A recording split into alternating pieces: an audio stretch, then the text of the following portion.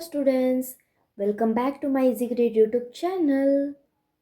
In this video, we are going to learn a very important and interesting topic, that is crop production and management from science subject.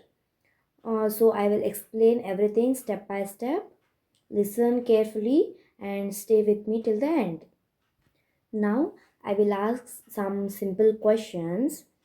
Have you ever wondered why farmers pluck the land before sowing seeds, or how plants actually grow in soil? Today we are going to explore the answers in this interesting science lesson. Now, I will tell one small story, that is, Bahali and Bujo went to visit their uncle's house during summer vacation. Their uncle is a farmer. When they went to the field, they saw tools like kurpi, sickle, plow, and shovel. These all are tools used in farming. Now, have you ever seen a plow or sickle where? Okay, now we all know that all living things needs food to live. Plants make their own food through a process called photosynthesis. But what about humans and animals? We cannot make our own food. Okay, so we depend on plants or animals for food. Now, first we will study about agricultural practices. Long ago, around 10,000 BCE, people were nomads. Okay, they used to move from one place to another in a search of food and shelter. Got it? And they ate raw fruits, vegetables, and also hunted animals. But later on, they learned how to grow their own food.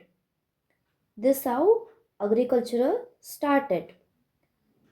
Now, if we grow one type of plant in a large field, we call it as crop. For example, if we grow only wheat in the field, it is called a wheat crop. There are many types of crops like fruits, vegetables, etc. Crops are grown according to the season. India is a big country with different climates.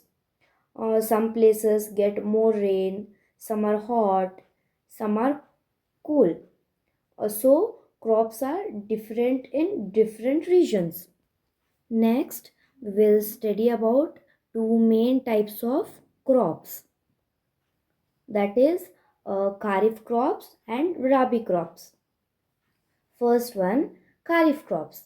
These are grown in the rainy season from June to September. Okay. For example, paddy, maize, groundnut, cotton, etc. Okay. And second one is rabi crops. These are grown in winter season from October to March. For example, wheat, gram, pea, mustard. Now, can we grow paddy in the winter? No. Paddy needs a lot of water. So it is grown only in the rainy season. Some crops are there like pulses and vegetables are also grown in summer season. Now we will study about basic practices of crop production. Now, growing crops is not a simple one-step process. Farmers follow 7 main steps to grow crops. These steps are called agricultural practices. There are 7 main steps to grow crops. They are preparation of soil, sowing, adding manure and fertilizers, irrigation, protecting from weeds, harvesting, and the last one is storage. Okay, now we will study about preparation of soil. The first and most important step before growing any crop is preparation of soil. And what does this mean? It means we have to loosen the soil. We have to turn the soil so that the roots can grow deeply. When the soil is loose, the roots can easily go down and absorb water and nutrients better. Okay, not only that, also soil has more air. Okay, students, and remember, roots also need to breathe, just like we need air. Like that, only roots also need oxygen to stay healthy. Okay, now have you seen earthworms in the soil? What do they do? Earthworms move around and make tunnels in the soil. These earthworms and other small organisms like microbes are very helpful. They are called friends and farmers. Why? Because they help in mixturing the soil.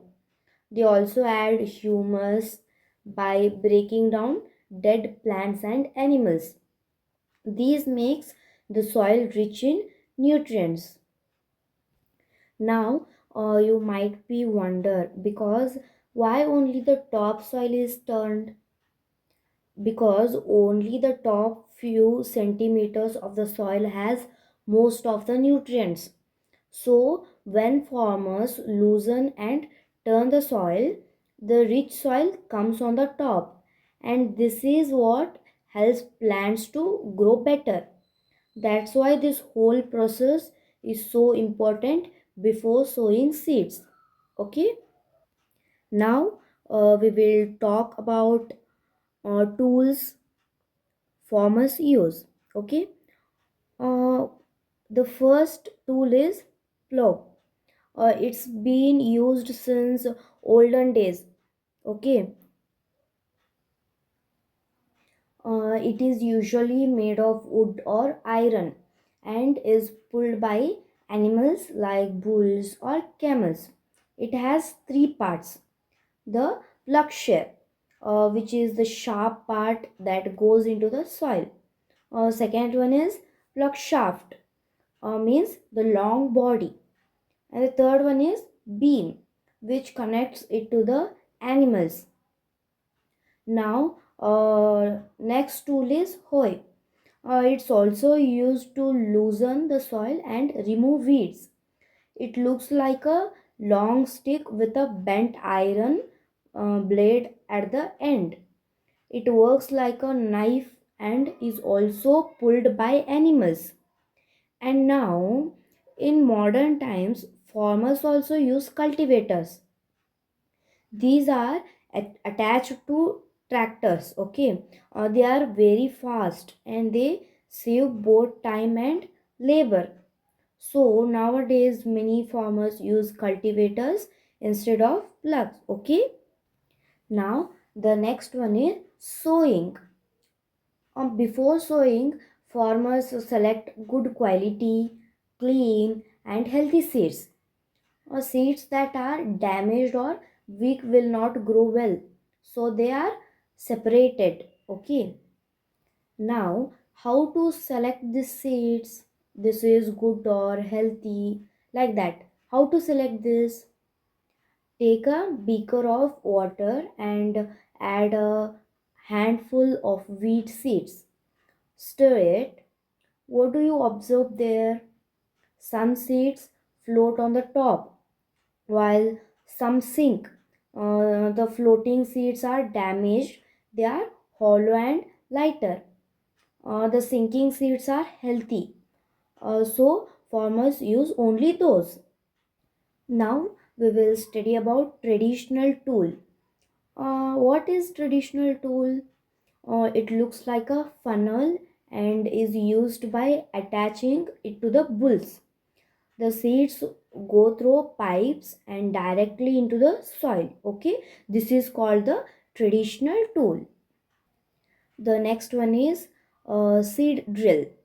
It is used with tractors. It sows seeds at equal distance and cover them with soil, saving time and protecting seeds from birds. Okay, now the next one is adding manure and fertilizers. Okay, here we will study what is manure and what is fertilizers. Okay. Okay, after a few crops, the soil becomes poor in nutrients. So we need to add manure and fertilizers to the soil. This is called manuring. Okay, farmers use manure made from decomposed animal and plant waste. This organic manure adds nutrients naturally. Okay, so farmers use this. Now we will understand this from one activity. See the activity 1.2. Now they are testing manure and fertilizers. They took three pots A, B and C.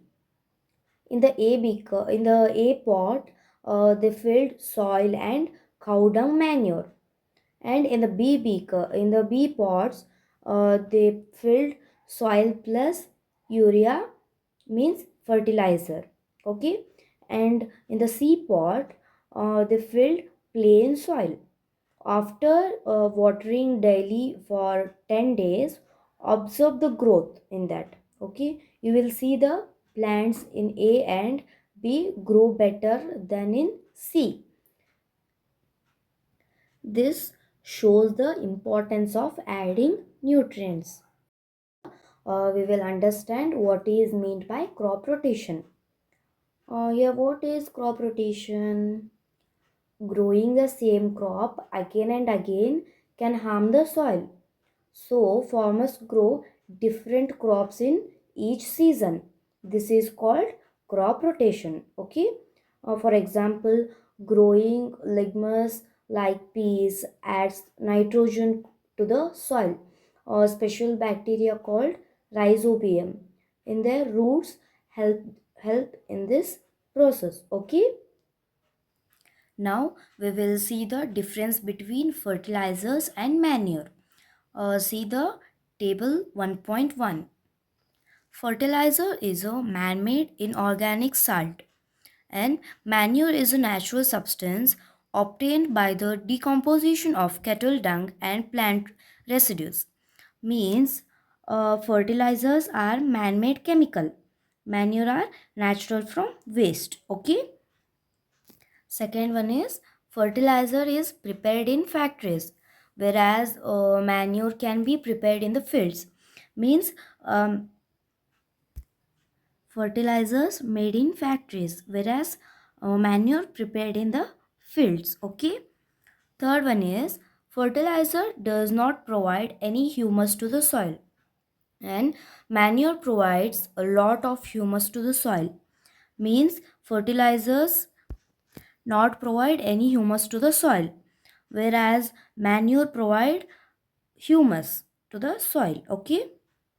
The fourth one is fertilizers are very rich in plants nutrients like nitrogen, phosphorus and potassium, whereas manure is relatively less rich in plant nutrients. Means fertilizers are rich in nutrients, whereas manure are less rich in nutrients. Okay. Now we will understand what are the advantages of manure. It improves soil quality, it makes soil porous, and it increases microbes. And the last one is it enhances water holding capacity. Okay, these are the advantages of manure. All right, students, that's all for today's topic. I hope you understood everything clearly. If you found this video helpful, do not forget like, share and subscribe to EasyGrade YouTube channel. See you in the next class. Thank you.